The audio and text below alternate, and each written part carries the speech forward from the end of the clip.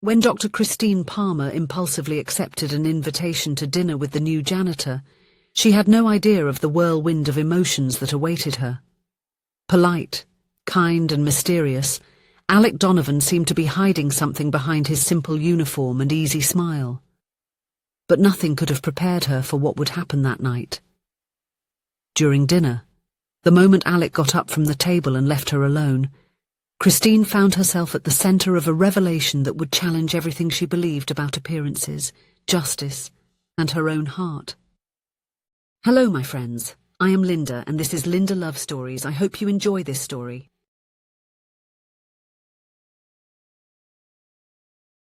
Christine closed the car door and adjusted the stethoscope around her neck as she walked toward the Sunflower nursing home.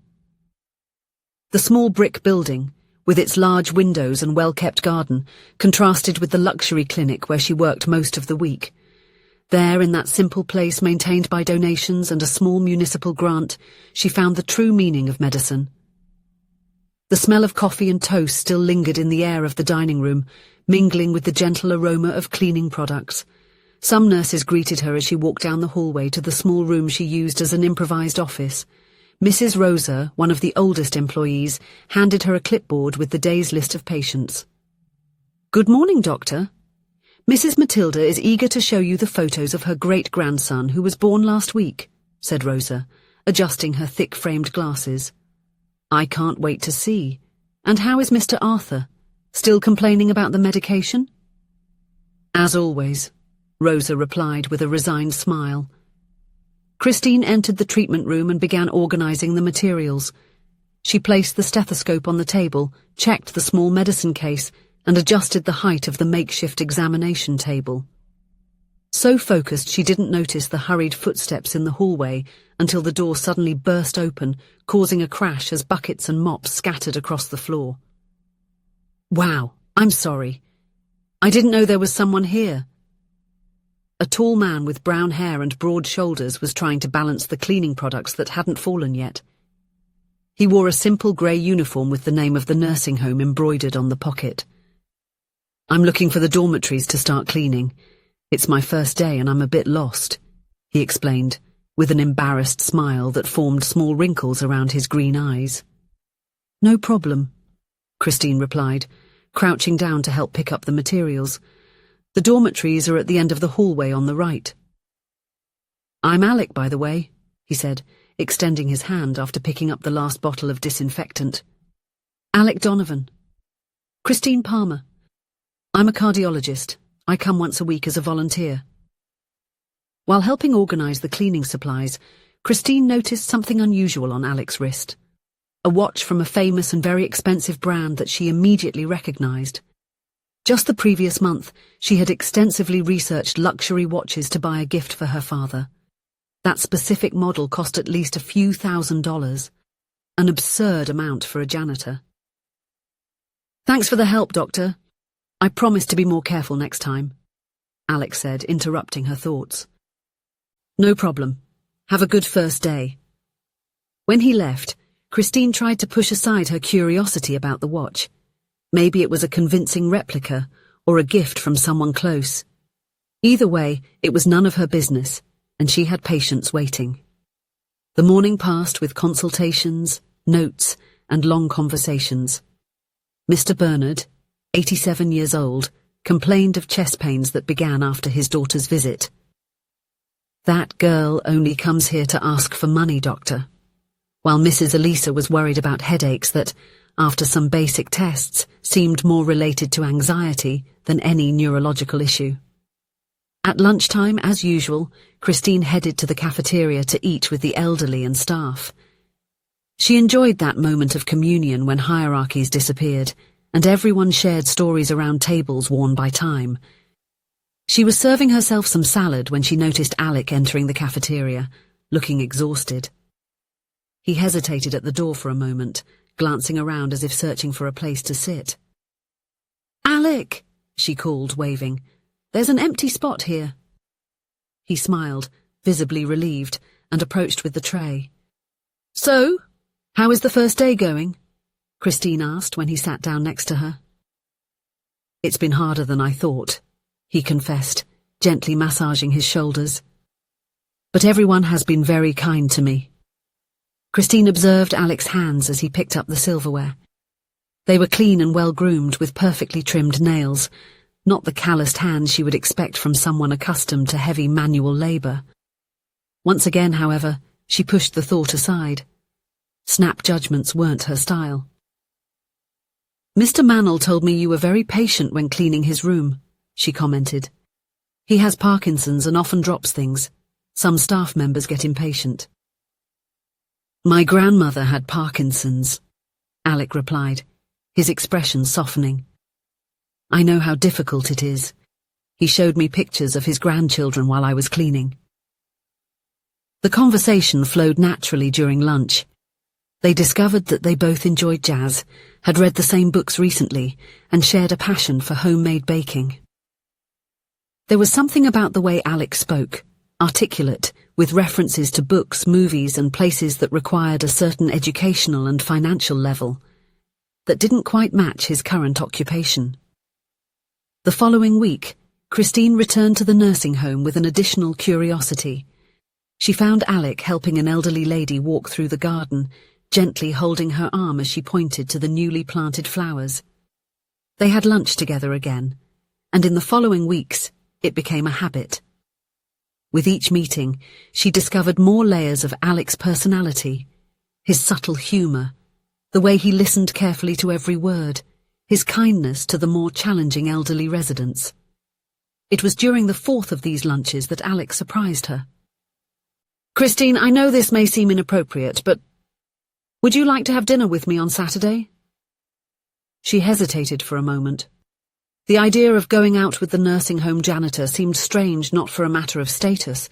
Christine never cared about that, but because of the inconsistencies she had noticed. The expensive watch, the well-groomed hands, the sophisticated vocabulary. Something didn't add up. "I would love to," she finally replied. "Where were you thinking?" "How about that new restaurant downtown, at 8? Christine almost choked on her juice. That was one of the most expensive and exclusive restaurants in the city. A dinner there could easily cost the equivalent of a week's salary for a janitor. "Alec, we don't need to go to such an expensive place." "Please," he insisted with an enigmatic smile. "Let me do this. It's important to me." She accepted, intrigued, but determined not to let him handle the astronomical bill alone. "All right, but we'll meet there. I have to stop by the clinic on Saturday afternoon," she explained. On Saturday night, Christine parked near the restaurant, feeling a mix of excitement and apprehension. She wore a simple yet elegant black dress with a pearl necklace that had been a gift from her parents at her medical school graduation. She spotted Alec waiting at the entrance, and the sight left her momentarily breathless. He was wearing a navy blue suit impeccably tailored, which seemed made to measure for his broad shoulders. The leather shoes shone discreetly, and a watch, different yet equally luxurious, adorned his wrist. As he approached, Christine noticed the subtle scent of a perfume she recognized, the same used by some of her wealthiest patients at the clinic.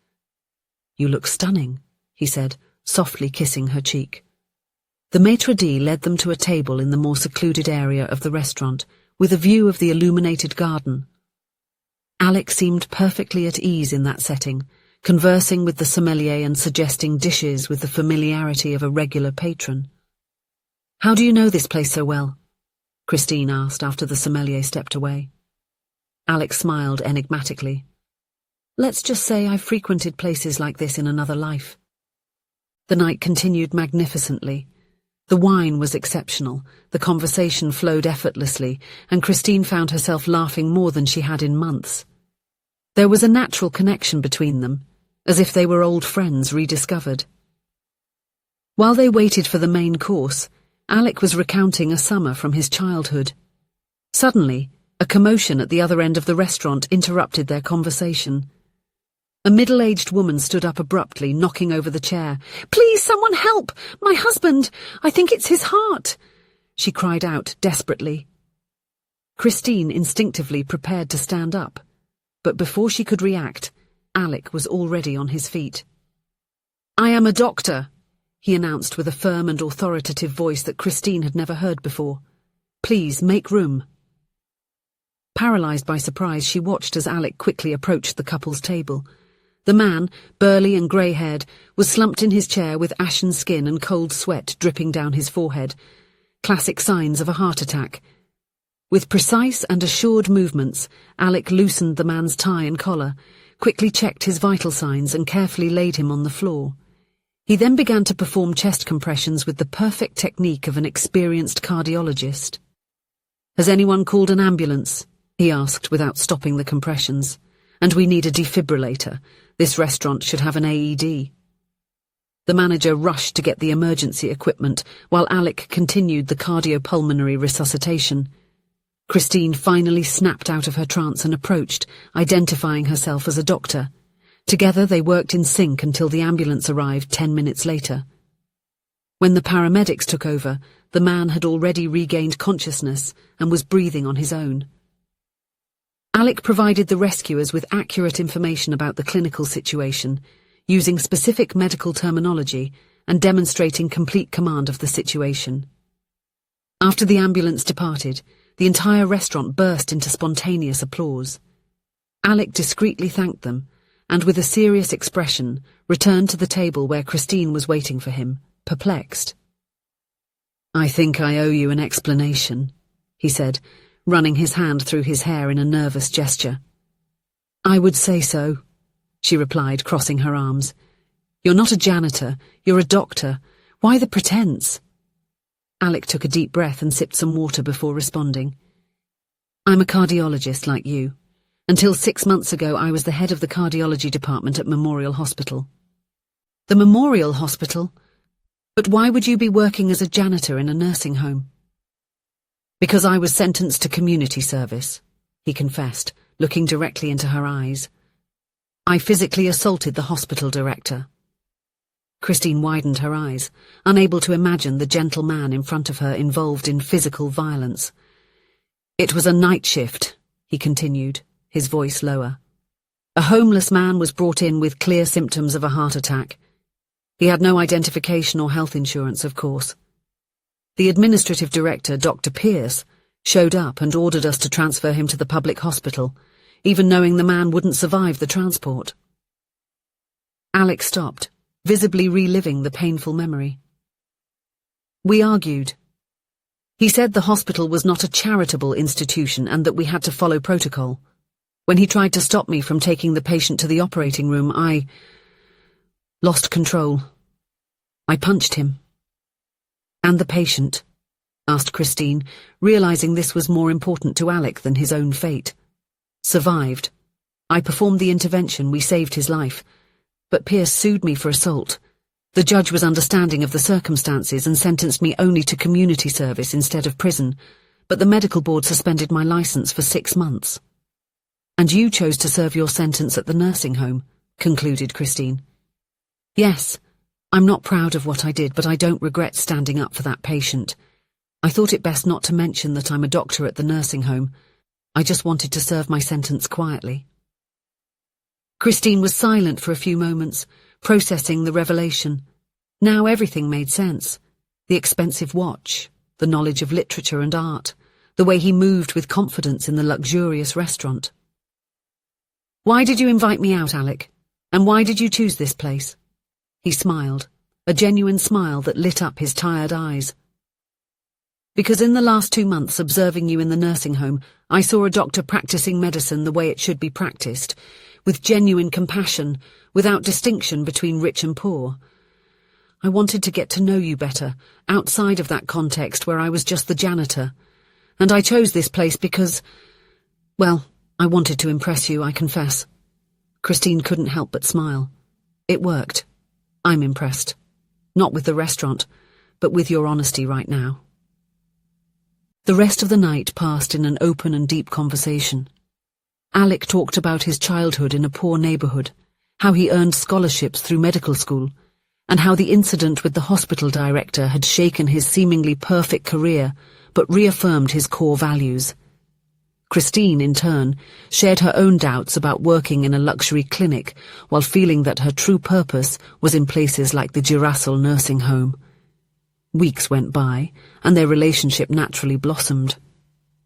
Christine introduced Alec to her parents, who adored the cardiologist with strong principles, and he took her to meet his grandmother, who lived in a small house on the outskirts of the city. When the 6-month suspension ended, Alec was reinstated to the medical council.